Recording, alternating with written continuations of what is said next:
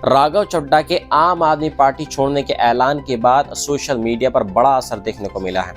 Reports के मुताबिक राज्यसभा सांसद राघव चड्ढा ने पार्टी से इस्तीफा देकर आम आदमी पार्टी के कई सांसदों के साथ नई राजनीतिक दिशा लेने का संकेत दिया है, जिसके बाद उनके इंस्टाग्राम फॉलोवर्स तेजी से कम होने लगे।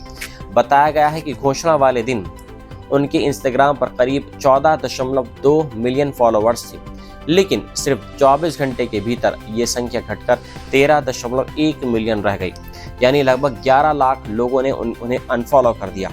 इस बड़े गिरावट ने राजनीतिक गलियारों और सोशल मीडिया दोनों जगह हलचल मचा दी है। आम आदमी पार्टी के नेता संजीव झा ने कहा है कि पार्टी कार्यकर्ता और समर्थक खुद उन्हें अनफॉलो कर रहे हैं क्योंकि लोगों को ये कदम पसंद नहीं आया है। उनका कहना था कि राघव चड्ढा सोशल मीडिया पर रील्स और लोकप्रियता के जरिए पहचान बना रहे हैं, लेकिन अब वही रणनीति उनके खिलाफ जा रही है। दूसरी तरफ पार्टी ने यह भी आरोप लगाया है कि उनके साथ 7 सांसद गैर कानूनी तरीके से भाजपा में शामिल हुए हैं और ये दल बदल कानून के खिलाफ है। आम आदमी पार्टी ने कहा है कि वे इस मामले में राज्यसभा के सभापति को पत्र लिखकर सांसदों की सदस्यता रद्द करने की मांग करेंगे। इस पूरे घटनाक्रम ने देश की राजनीति में एक नया सा तूफान खड़ा कर दिया है। वहीं सोशल मीडिया पर फॉलोअर्स की गिरावट को राघव चड्ढा की लोकप्रियता में आई कमी के तौर पर देखा जा रहा है। अमेरिका की राजधानी वॉशिंगटन डीसी से एक ऐसी खबर सामने आई है जिसने पूरी दुनिया को हिला दिया है, जहां व्हाइट हाउस कॉरेस्पॉन्डेंस डिनर के दौरान अचानक गोलियों की आवाज़ गूंज उठी और कुछ ही सेकंड में खुशी का माहौल दहशत में बदल गया। ये वही हाई प्रोफाइल कार्यक्रम था जिसमें अमेरिका के राष्ट्रपति डोनाल्ड ट्रंप, उनकी पत्नी मेलानिया ट्रंप, कैबिनेट सदस्य, बड़े पत्रकार और कई ताकतवर लोग मौजूद थे। तभी एक हथियारबंद शख्स सुरक्षा घेरा तोड़कर अंदर घुसने की कोशिश करता है। बताया जा रहा है कि उसने तेजी से बॉलरूम की तरफ दौड़ लगाई जहां राष्ट्रपति बैठे हुए थे। अचानक 5 गोलियों जैसी तेज आवाज़ें सुनाई दी और लोग अपनी जान बचाने के लिए ज़मीन पर लेट गए। कई लोग चीखने लगे, चिल्लाने लगे। पूरा हॉल कुछ पलों में अफरा तफरी का मैदान बन गया। अमेरिकी मीडिया के मुताबिक आरोपी की पहचान 31 साल के कोल थॉमस एलन के रूप में हुई है, जो टॉरेंस का रहने वाला बताया जा रहा है। कहा यह जा रहा है कि वे वाशिंगटन हिल्टन होटल में पहले से रुका हुआ था और वहीं से उसने अपनी एक योजना को अंजाम देने की कोशिश की। सुरक्षा बलों ने तुरंत जवाबी कार्रवाई की और उसे अरेस्ट कर लिया गया। इस दौरान एक अधिकारी को गोली भी लगी है, लेकिन उसकी बुलेट प्रूफ जैकेट ने उसकी जान बचा ली। अधिकारी फिलहाल सुरक्षित बताया जा रहा है। राष्ट्रपति ट्रंप ने देर रात बयान देते हुए कहा है कि हमलावर बहुत ज़्यादा हथियारों से लैस था और संभव है कि निशाना वही थे। हालांकि जांच एजेंसियां अभी मकसद तलाश रही हैं। ट्रंप ने यह भी कहा कि वे किसी भी हालत में डरने वाले नहीं हैं, लेकिन अब अमेरिका में बड़ा सवाल उठ रहा है कि इतनी भारी सुरक्षा के बावजूद हमलावर राष्ट्रपति के इतना करीब कैसे पहुंच गया, खासकर तब जब 2024 में पेंसिल्वेनिया में भी ट्रंप पर जानलेवा हमला हो चुका है। अब एक बार फिर अमेरिका की सुरक्षा व्यवस्था कटघरे में है। जांच एजेंसियां होटल के हर कैमरे की फुटेज खंगाल रही हैं और हर गवाह से पूछताछ हो रही है। और सबसे बड़ा सवाल ये है कि क्या ये सिर्फ एक अकेले आदमी की हरकत थी या उसके पीछे कोई बड़ी साजिश छिपी हुई थी। वाशिंगटन की रात फिलहाल शांत ज़रूर है, लेकिन डर, सस्पेंस और सवालों का तूफान अभी थमा नहीं है। दुनिया की सियासत में एक ऐसा धमाका हुआ जिसने वाशिंगटन, बीजिंग और पूरे यूरोप की नींद उड़ा दी है, क्योंकि इंडिया और रशिया ने अब तक का सबसे बड़ा रक्षा समझौता कर लिया है और इस डील के बाद पहली बार भारत की धरती पर विदेशी सैनिकों की तैनाती का रास्ता भी खुल गया है। जी हाँ, ये वही रेरोल्स समझौता है जिसने अंतर्राष्ट्रीय ताकतों के समीकरण बदल दिए हैं। अब रूस के सैनिक युद्धपोत और सैन्य विमान भारत के बेस, बंदरगाह और एयरफील्ड इस्तेमाल कर सकेंगे और बदले में भारत को रूस के आर्कटिक इलाकों से लेकर दूर पूर्वी सैन्य सुविधाओं तक पहुंच मिलेगी।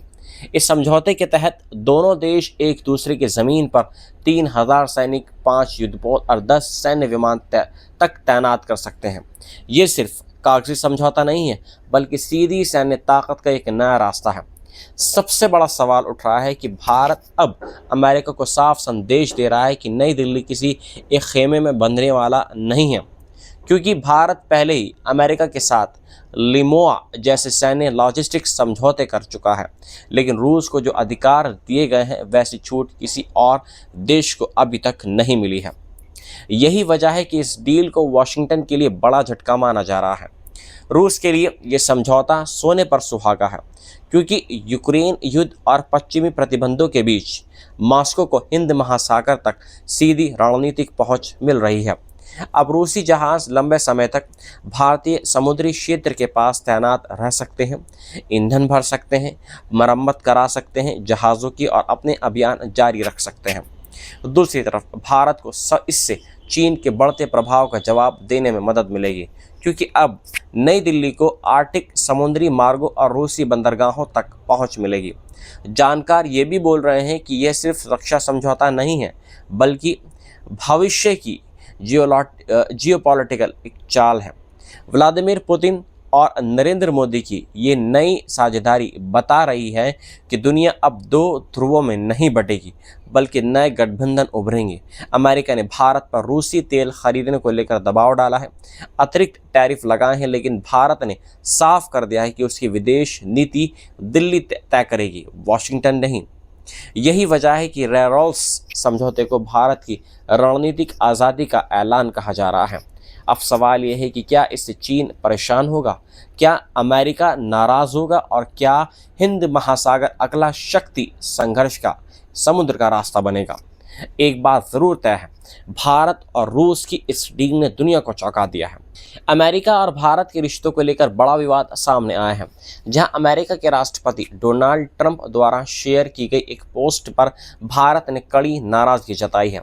दरअसल ट्रंप ने अपने सोशल मीडिया प्लेटफॉर्म पर एक रेडियो शो का ट्रांसक्रिप्ट शेयर किया, जिसमें कमेंटेटर मिशेल सेवेज ने भारत और चीन जैसे देशों के लिए अपमानजनक शब्द हेल हॉल इस्तेमाल किया है। इस बयान के बाद नई दिल्ली में सियासी हलचल तेज हो गई है और भारत सरकार ने तुरंत जवाब इसका दे दिया है।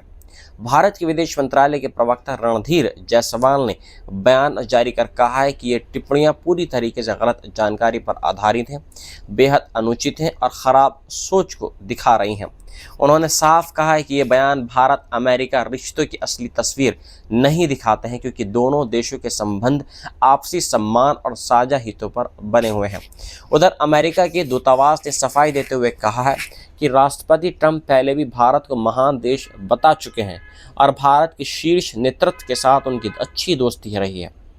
इस मुद्दे पर भारत की विपक्षी पार्टी इंडियन नेशनल कांग्रेस ने भी तीखी प्रतिक्रिया दी है और कहा है कि यह हर भारतीय का अपमान है।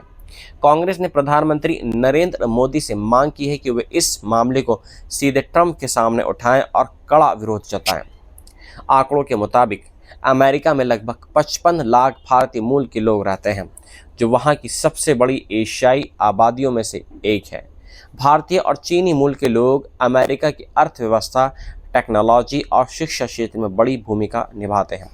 याद रहे कि ट्रंप और मोदी के रिश्ते पहले काफ़ी गर्मजोशी वाले माने जाते थे, लेकिन पिछले साल भारत पर लगाए गए भारी अमेरिकी टैरिफ के बाद रिश्तों में कुछ ठंडापन ज़रूर आया है।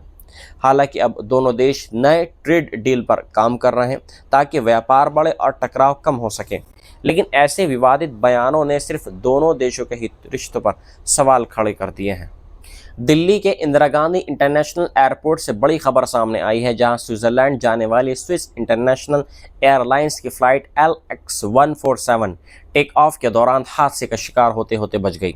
जानकारी के मुताबिक ये विमान ज्यूरिख जा रहा था और रात करीब 1:08 पर रनवे पर टेक ऑफ ने शुरू कर दिया। तभी विमान के एक इंजन में अचानक खराबी आ गई और उसमें आग लग गई। स्थिति गंभीर होते देख पायलट ने तुरंत टेक ऑफ रोक दिया और इमरजेंसी प्रक्रिया शुरू कर दी। इसके बाद विमान में मौजूद सभी यात्रियों को रनवे पर ही इमरजेंसी स्लाइडर्स के जरिए बाहर निकाला गया। बताया गया है कि